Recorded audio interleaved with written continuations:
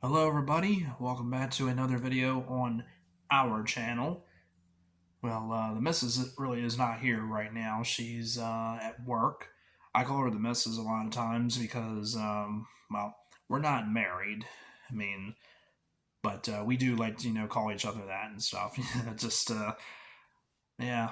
And I know I look a little bit different. Well, I mean, a lot more different because I'm sure the last time when I did a video, well, Anne was actually the last one to do a video. So she gave me a little bit of a haircut. I mean, just in the back mostly, like trimmed it up a little bit. And I shaved as well. I figured it was just time for a change. But this video is all about the Baltimore Orioles because last night we won the American League East for the first time since 2014. I know it was a long time coming. I mean, it was pretty much a struggle, after 2014, but we were in the postseason in 2016. We didn't finish first, though. I think we finished tied for second or something like that. Either, I think it was the Yankees that finished first that year. I mean, I don't really remember exactly, but in 2017 we finished last. 2018 was last place, which was the worst season I think in Orioles history. 2019 we were last place.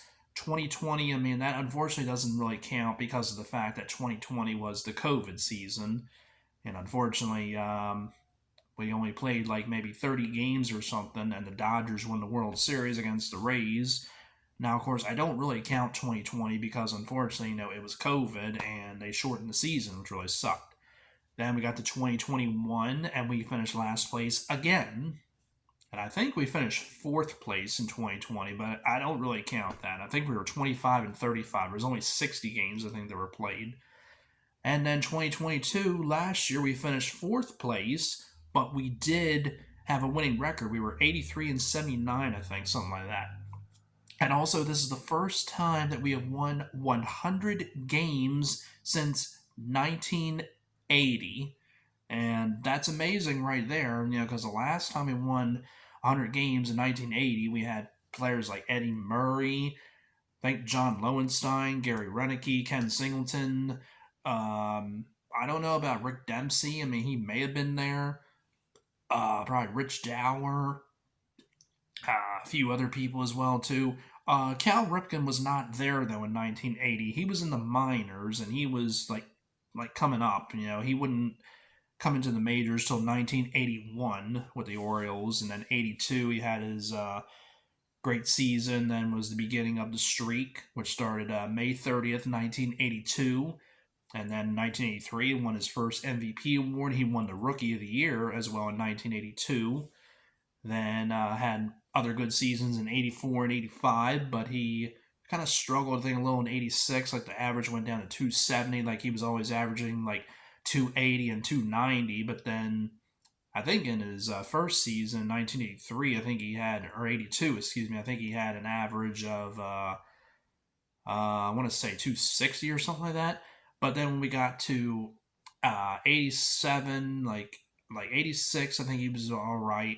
87, then he started struggling and started going down to like 270 and 260. He was mostly like a 260 batter a lot of times, but then we got to 1990, which is probably the worst of his career, and he was really struggling at the plate too. Like he kept.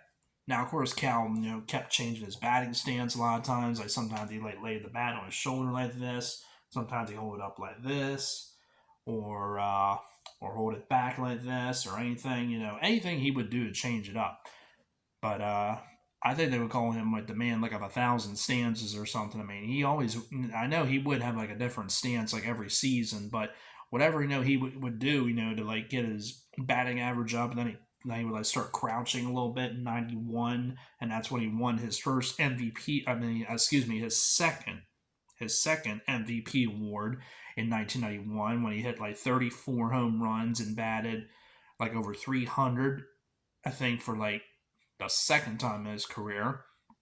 1992 was a struggle, unfortunately, for Cal because he was struggling again, and fans started booing him because when he would like start striking out or grounding out or anything like that, or getting a slump, and he would bat, he would be like 6 for 20 or something. His last at bats were 6 for 30, anything like that, and fans would start booing him. Same thing they did with Chris Davis, but Chris Davis, unfortunately, only had just 2 good seasons with us. Well, 2013 was his best season. In 2012, he was decent.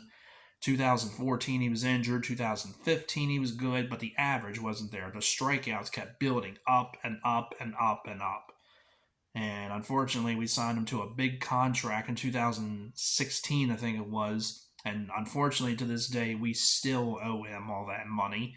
And some people consider him the new Bobby Bonilla. You remember Bobby Bonilla, that guy that signed like a big contract with the Mets?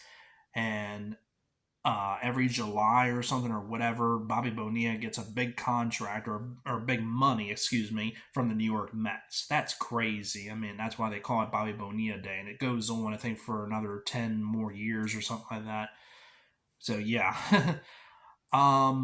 But anyway, we're not really here to talk about Cal Ripken Jr. I mean, I know I talked about him, for at least a good 3 minutes or maybe, but yeah, he struggled in 92 and 93 a little bit, but he would like get hot like later in the months. And 94 he was doing really good, but the baseball strike happened.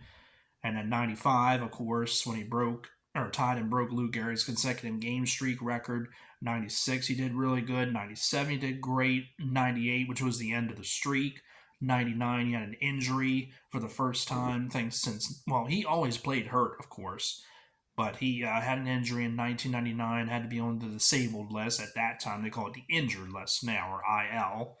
And he was on the injured list or disabled list for the first time in his career since probably ever. 2000 was the same way. I mean, he had a high batting average though, I think in 2000, but unfortunately he did not have a lot of hits and stuff. Ryan Miner was getting some playing time, and then Jeff Rebele, I think, and Jeff Conine was playing third base as well too. And also Cal got moved to third base in 1997 after Mike Bordick came to the Orioles, and well, they decided they were going to move Cal to third base. And then Cal, I think, did a little bit of DHing like in 1999, 2000, 2001, which was the end of his career. And yeah, but you all know that Cal Ripken is my favorite Oriole ever, and that's pretty much it.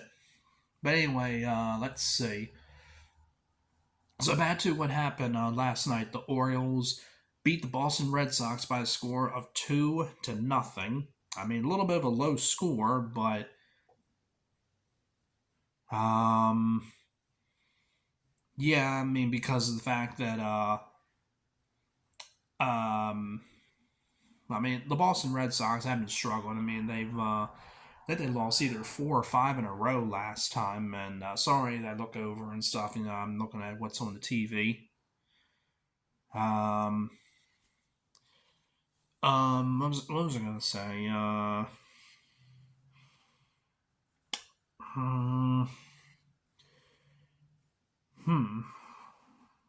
I kind of got distracted by a message on here, and I'm sorry. I'm just trying to remember what I was talking about. I'm sorry. Anyway, I didn't really watch the game last night, unfortunately, because I was watching. Well, I was actually playing some games with Ian, so we were eating pizza as well. And we didn't really get to watch the game, unfortunately. It said that it was free, like on the app, but it was just the audio of the game. It wasn't really like the actual game. So we, got the highlights and stuff, and then I saw that we won. I was like, "Yay, we did it!" And yeah, I remember in 2014 when we did it, and honestly, I think that the celebration in 2014 was a lot better than this one. Well, because we had Adam Jones, throwing pies at each other. Um, Hang on a sec, folks.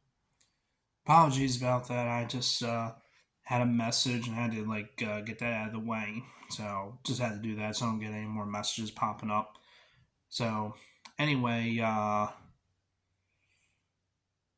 right. So yeah, 2014 when we clinched the American League East for the first time since 1997. At that time, yeah, Adam Jones, it was throwing pies at everybody, and you had a lot of players on there. I mean, most of them are retired now. I don't think anybody from that roster is active anymore, unfortunately. I think most of them are retired. So the catcher we'll start from bottom to top, like the infielders and the outfielders and the rest of the pitchers, as much as I can remember. The catcher was Nick Hundley and Caleb Joseph. Both, I think, are retired. Matt Wieters was also a catcher, but he was on the injured list or disabled list at that time. He's also retired. The first baseman was Steve Pierce because Chris Davis was injured. Both of them are retired. The second baseman was Jonathan Scope, who I believe is still active. I think he's a free agent, or he might be in the minors with a team, or he might be somewhere else. I don't know. And Ryan Flaherty, who I believe is a coach for the San Diego Padres. He's no longer playing anymore. The shortstop was J.J. Hardy. He's retired, and a lot of people consider him to be like a hitting coach or a manager. Well, maybe manager for the Orioles, but people do like Brandon Hyde. I mean, he's pretty good, but not as good as Buck Showalter. Just saying. The third baseman, well, it was also Ryan Flaherty and a little bit of Jonathan Scope because Manny Machado was. Hang on, folks. Sorry, it's a friend of mine that was messaging me and just answer him real quick. So that's why I paused the video. That way, yeah, man. I don't really care for Samsung phones that much or Android, whatever you want to say. But yeah, I was just answering him real quickly, and that way I can pause on here. But that's a cool feature, though. But anyway, so Manny Machado was injured, and Manny Machado actually is still active. He's with the San Diego Padres. Oh my god. Hold on. So yeah, as I said, Manny Machado was with the San Diego Padres. He still is with the Padres. I'm sorry. The outfielders, of course, Adam Jones. He's retired now. The left fielder, it was Alejandro De Aza and a little bit of Steve Pierce, but mostly I think it was De Aza. He's retired. And the right fielder was Nick Markakis, who is retired as well too. He retired, I think, a couple of years ago, or maybe 2020, something like that. I can't remember. Could have been a Hall of Famer if Markakis had still kept playing, because he would have got close to 3,000 hits. But yeah, and I wish he would have stayed in Oriole, but I was glad he went to the Atlanta Braves. But anyway, and as with the rest of the hitters, I mean, I used to have a shirt and it had like the names of the players because there was a slogan that Buck Showalter had, and it was "I like our guys." I miss that shirt that I had, but it had like the list of the players on there and stuff. And as for the pitchers, Chris Tillman, who's retired, Bud Norris, well, I believe is retired as well too. Wei Yin Chen also retired. Miguel Gonzalez and Ubaldo Jimenez all retired. Wei Yin Chen may be pitching like in Taiwan or something, or wherever he may be at. Ubaldo Jimenez attempted a comeback, I think, a couple of years ago with Colorado, but I think he retired. Zach Britton, who was our closer, I think he retired recently, or he may be a free agent. I don't know. He may be active still. Andrew Miller, who was our best left-handed pitcher, who was doing pretty awesome with us, but we shouldn't have let him go. Oh, and also the designated hitter was Nelson Cruz. I knew I was going to forget somebody. And I think he is still playing. I think he's a free agent. I think he was with the Padres, and I think he was with the Nationals a little bit last year.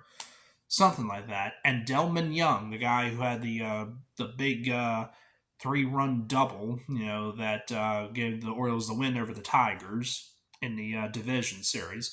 And unfortunately, we got swept by the Kansas City Royals in 4 games, which is stupid. I really want us to, keep going all the way, because we had a slogan was "We won't stop," but unfortunately it did in Kansas City. And then after that, we wound up losing our players in a free agency. Like we lost Nelson Cruz, Nick Markakis, and Andrew Miller, and all those people that were replaced with Nelson Cruz and Nick Markakis were replaced with Travis Snyder, who unfortunately was a bust because he made a couple of good plays, and he had like this gnome, a Buck Showalter we had, and he had like a hat on, and he got pied in the face, and it was like a raspberry pie. There's a video on YouTube of him like getting pied and stuff, and when he was with the Orioles. And of course, he wore number 23, like what Nelson Cruz wore, but unfortunately, we just couldn't sign him to a better contract. We only signed Nelson Cruz to a 1-year deal. And Nick Markakis, like I said, he left, and I think we kept Alejandro Diaz and Steve Pierce, and I think Nolan Reimold, I think, came back or something, but that was about it. Or maybe it was 2016 he came back, something like that, because Nolan Reimold was also with us for a good amount of seasons. But anyway, yeah. And as for the pitchers, they remained the same, but unfortunately, we didn't repeat what we did in 2014. We wound up, I think, finishing third or something. I don't think we finished fourth place. But yeah, it was a disappointment for that one. But like I said, I think the celebration in 2014 was a lot more different than this one. But yeah, I mean, and we do have more games to play. We have tonight, tomorrow, and Sunday. And I think that's it. And then the playoffs begin on playoffs. Playoffs. Yep. Yes, we had playoffs, Jim Mora.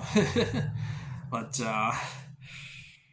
it's going to be pretty interesting because we have the wild card race that's going on, with Tampa Bay, and well, Tampa Bay has already clinched, so I mean they're in. It's up to either Houston or Toronto. So Tampa Bay is going to face, one of those teams. I want it to be Seattle, but they have to win. But they lost 2 out of 3 from Houston. That's going to be a problem. I mean, I don't want Houston in there, and I don't want the Blue Jays in. I mean, because if I had to choose like one of them, who I want more instead of whatever, in that wild card, I mean, I would probably choose Houston over Toronto. I mean, Toronto is the ones, I cannot stand. I mean, Houston's got to stop winning. I mean, this is crazy. I mean, I still consider they're cheaters. I mean, like from what happened before, I think in the 2017 World Series or whatever year it was, something like that. I mean, I don't really know, but I think it was the Astros over the Dodgers that season. I can't remember. One season it was the Dodgers and Red Sox. Then it was the Nationals over the Astros, which is a good World Series. The shortened season was the Dodgers over the Rays. 2021, now that I can't really remember. I forget who it was in 2021. It wasn't the Astros. Shoot. Uh, I know people are like saying it in the comments, but I really can't remember. It wasn't the Astros. They won it last year in 2022. Oh, it was the Braves over the Astros. Thank you. 2022, it was the Astros over the Phillies, unfortunately. And it deserved to beat the Phillies 100%. I mean, I remember a lot of the World Series, it happened like in the 90s to the 2000s. Like 1991, it was the Twins over the Braves in 7 games. 92, it was the Blue Jays over the Braves. 93, it was the Blue Jays over the Phillies. Of course, that walk-off home run that Joe Carter hit. 94, there was no World Series because of the baseball strike. 1995, it was the Braves over the Indians, or as they're called, Guardians now, but to me, they're still Cleveland Indians, just like the Washington Commanders are still the Washington Redskins. 1996, it was the Yankees over. I don't think it was the Padres. It was the Braves. Yeah. 97, it was the Marlins over the Indians, which is crazy because the Marlins just became a team in 1993, and then 4 years later, they win a World Series. 1998, it was the Yankees over the. I don't really remember, though. I don't think it was the Padres. I think that was 1999. It may have been the Padres in 98. It wasn't the Braves, I don't think. I don't remember who the Yankees beat in '98. It may have been, or maybe it was the Mets. I don't think it was. I don't know. I know '99 or one of them years it was the Padres and the Yankees beat them. And then in 2000 it was the Yankees over the Mets. 2001 the Diamondbacks over the Yankees. 2002 the Los Angeles Angels of Anaheim over the San Francisco Giants. 2003 now this is where it gets a little difficult. It was the Marlins over the Yankees. 2004, it was the Red Sox over the Cardinals for the first time since a while when the Red Sox won the World Series. 2005, it was the White Sox over the Astros. 2006, it was, I want to say, the Cardinals over the Tigers. one of those. I mean, this is where it gets a little bit tricky now. 2007, I think it was the Red Sox over the Rockies. 2008, I think it was the Cardinals. I mean, this is where I just can't really remember, unfortunately. 2009, no, it was the Phillies over the Rays in 2007. 2000, or no, 2007. No, I was right. 2008, it was the Phillies over the Rays. 2009, it was the Yankees over the Phillies. And that's the last time the Yankees won the World Series, was 2009. 2010, it was the Rangers. No, not the Rangers. The Giants over the Rangers. 2011, the Cardinals over the Rangers. 2012, boy, I forgot. I think it was the Giants. I want to say it was. I know 2014 it was the Giants over the Royals. 2015 it was the Royals over the Mets. 2016, I really forget. I mean, yeah, that's where it just gets a little bit difficult. But anyway, 2023 World Series, it would be good to see Orioles and Braves. It really would because of the fact that the Orioles had never played the Braves in the World Series. We played the Dodgers, I think the Reds, I think. I know we played the Pirates a few times and we lost to them, unfortunately. And then we lost to the Mets in 69. 1970, I think it was the Reds. And then 83, it was the Phillies. Yeah, it was the Reds, yeah. 66, it was the Dodgers. I mean, Orioles and Dodgers would be a great one, too. That'd be a good repeat to see because the Dodgers are pretty outstanding with Mookie Betts, Freddie Freeman. I don't think Max Muncy's there. I think he's injured. Um, who are the rest of the players? I can't believe I'm forgetting the rest of them. Oh God, I know Will Smith is on there, Clayton Kershaw, and the rest of them. I'm just like, oh boy, I forgot. But anywho, yeah. So like I said, first time the Orioles have won the ALCS since 2014. Well, it's not the ALCS, the American League East. I'm sorry. I just got a lot on my mind. I'm just, I'm sorry. But yeah, first time since 2014 that we won the American League East, and first time since 1980 where we had 100 wins. And now the question is who we're going to face in the ALDS. Is it going to be the Rays, the Blue Jays, the Astros, or maybe even the Mariners? One of them. I mean, the last time we faced the Seattle Mariners was in 1997, and we actually beat them. I don't remember how many games though. I think it was like 3 games to 1, maybe, or something like that. I don't remember if it's best at six. I think it's best at six for that. The wild card, I think, is only 1 game, or yeah, I think it's just one, or I can't really remember. No, I think maybe more than that. Then you got the division, then the championship series, then the World Series. The World Series usually ends around late October, early November. But and I know best the World Series is best out of 7.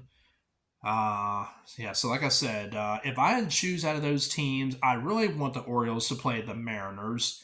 They're not mathematically eliminated, the Mariners, but they still do have a chance, but their chances are going down a little bit, but they have to win. I mean, if we face the Rays in the ALDS, I mean, that's pretty much going to be okay. I mean, of course, we'll play 2 in Baltimore and then 2 in Tampa Bay. And then probably the next one will be in Baltimore and then Tampa Bay and then so on. But yeah, I mean, the last time, I mean, I can't remember if the Orioles made the playoffs in 1980. I mean, they probably did, but I can't remember like who we faced and stuff. But I mean, I wanted the Orioles, to face the Pirates again, but the Pirates unfortunately didn't do all that much. I mean, they got off to a really good start, but then after that, they just kind of kept losing games. Then, um, another one was the Cincinnati Reds, but I don't know if they're still in contention. I mean, I think they might. I mean, I just haven't really checked the playoffs that much or the bracket. But yeah, And of course, unfortunately, 2 days ago, we lost the greatest third baseman and the greatest Orioles third baseman in baseball history and Orioles history, and that is Brooks Robinson. And I might get a little bit emotional about this, but unfortunately, it's something I can't hide, considering, it's one of the greatest baseball players. And, I mean, I know people have heard of Babe Ruth, Hank Aaron, uh, Mickey Mantle, they probably consider the greatest, Willie Mays, a lot of other players, out there that, maybe Pete Rose. I mean, I know people like may not say that. I mean, a lot of people consider Barry Bonds the greatest, but no, to me, it's Hank Aaron. And there's a bunch of others out there too. I mean, some people consider Ty Cobb the greatest. Most people consider Babe Ruth the greatest because of the fact that Babe Ruth hit over 700 home runs. I mean, that's pretty much understandable. But so did Hank Aaron. I mean, a lot of people did. I mean, well, just him. I mean, I only count just Hank Aaron and Barry Bonds, not Barry Bonds, Hank Aaron and Babe Ruth. Ken Griffey Jr. also, he had a good amount of home runs, and also Albert Pujols, who hit over 700 home runs. Of course, he's going to be a Hall of Famer. Same with Miguel Cabrera, because this is his final season. He's going to be retiring. Uh, but yeah, I mean, a lot of people I think really consider Babe Ruth the greatest, but there's a lot. Anyway, um, but Brooks Robinson, he was a 18-time All-Star. He played at least 20 seasons with the Orioles from 1957, I want to say, to 1970 or 1977 maybe. At least 20 seasons or 21 seasons. And again, All Star 18 times, All Star Game MVP, World Series MVP, and American League MVP as well too. 3 MVP awards that are outstanding, and of course 16 Gold Gloves. And you heard me correctly, 16 Gold Gloves, which is untouchable. I mean, that's amazing, for somebody that played that game, amazing. I mean, Cal Ripken, unfortunately did not win 16 gold gloves, but to me it felt like he should have, but or at least 10 gold gloves. But Brooks Robinson won 16 of them, and that's pretty much that's greatness right there. Now, of course, I always remember like stories about him that my granddad told me about a lot of times too, because my granddad was practically a neighbor of Brooks Robinson in the 1950s. Like growing up, he always, remember like seeing him because they again were neighbors, like where they used to play at Memorial Stadium back in 1954 to 1991. I wish sometimes they were still playing at that stadium, but unfortunately it was demolished around 2002.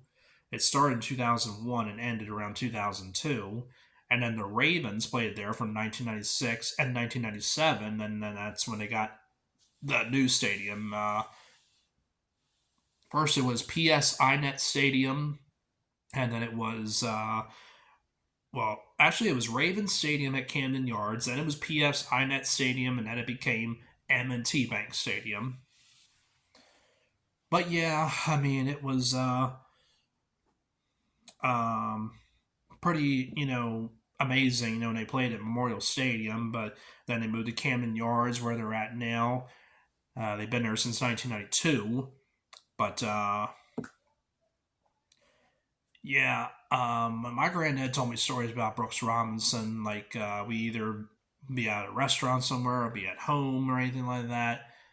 Um, or wherever basically he'd always tell me amazing stories about him. I always remember like this one story he told me about him and his friend Mr. Chuck, one of his well, his best friend really.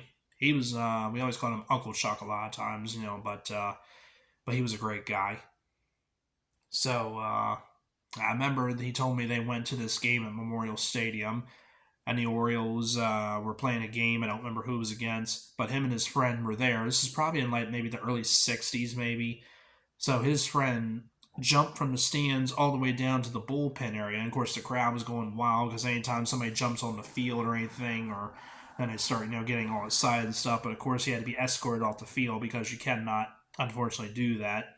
But Yeah, it was something I definitely remember. I mean, I always remember those stories, he told me. And then years later, 2003, we went to this convention or this thing at the Baltimore Convention Center. It was a convention, and Brooks Robinson was there. They had like all kind of celebrities, athletes, and well, Brooks Robinson was there, and Cal Ripken too, and they also had wrestlers too, which is amazing. It was like a expo convention, like not like a Comic Con or anything, but I remember watching it. It was 2003. I watched my granddad. He was standing up in the microphone. He was talking to Brooks Robinson.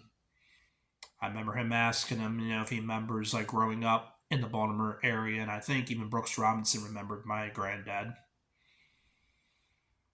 Yeah, because I remember him, saying that he remembered it, and I think that was one of the greatest things to witness.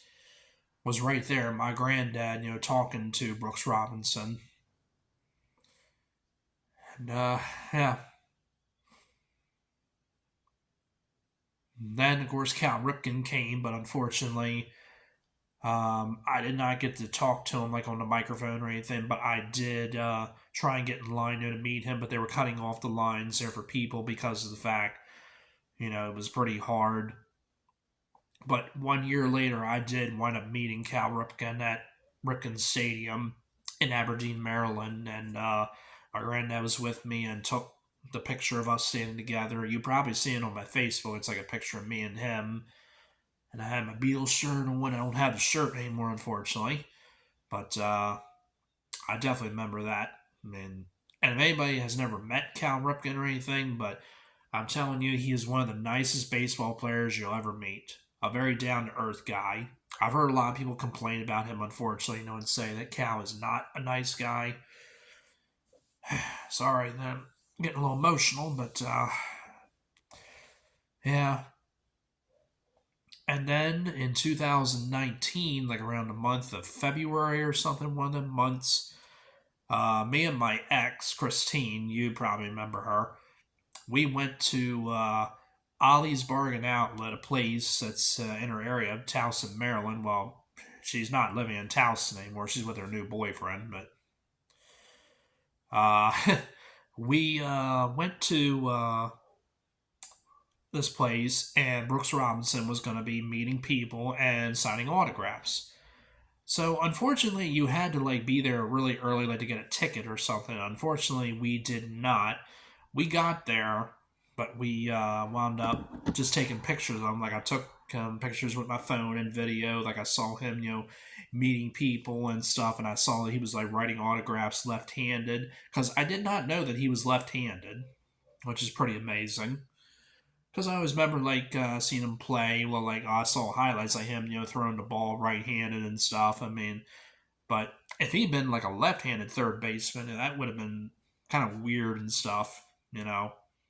But I remember seeing that, and I took pictures of him and I put on my Facebook, and I was like, "That's pretty amazing." I mean, I really thought that it was, but that was the only time, I really got to see him. I mean, I never met him. I never got to shake his hand or get a picture with him, unfortunately. But that was one of the greatest moments that I remember, along with me and Cal Ripken. But yeah, but Brooks Robinson will always be remembered as not only the human vacuum cleaner, as they called him, but he was pretty much, in probably everybody's opinion, the greatest Oriole. I mean, to me, it's probably a tie between him and Cal Ripken Jr., even though a lot of people loved Eddie Murray as well, too, and Earl Weaver and Jim Palmer.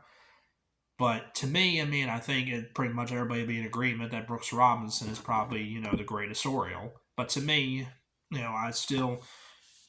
mean, I'm going to leave it as a tie between him and Cal Ripken Jr. I mean, it's tough. I mean, but I mean, nobody ever hated Brooks Robinson either. I mean, nobody considered him overrated or anything, or a mean guy or anything. I always heard like good things about him. Like everybody always saying, he was a wonderful, down to earth guy, which I believe 100%. And yeah, but he was definitely the best. I mean, a lot of people I think well, they do consider him like one of the greatest baseball players too, and one of the greatest third basemen, to play the game. Because if anybody did like an all-century team or whatever, or greatest, baseball players team, and I'm sure a lot of people would have Brooks Robinson at third base. I don't think it would be Mike Schmidt or anybody else. But yeah. Yeah, but I know I've been doing this video for a while, but I just want to do this, just to tell everybody about the game last night. But I think I'm going to wrap this up now. So I hope everybody enjoyed this. So as always, if you do like this video, hit it with a thumbs up and comment if you like, no negative stuff, and subscribe. It's not a bad thing, it's a good thing. And you all take care. And thanks again for watching this video.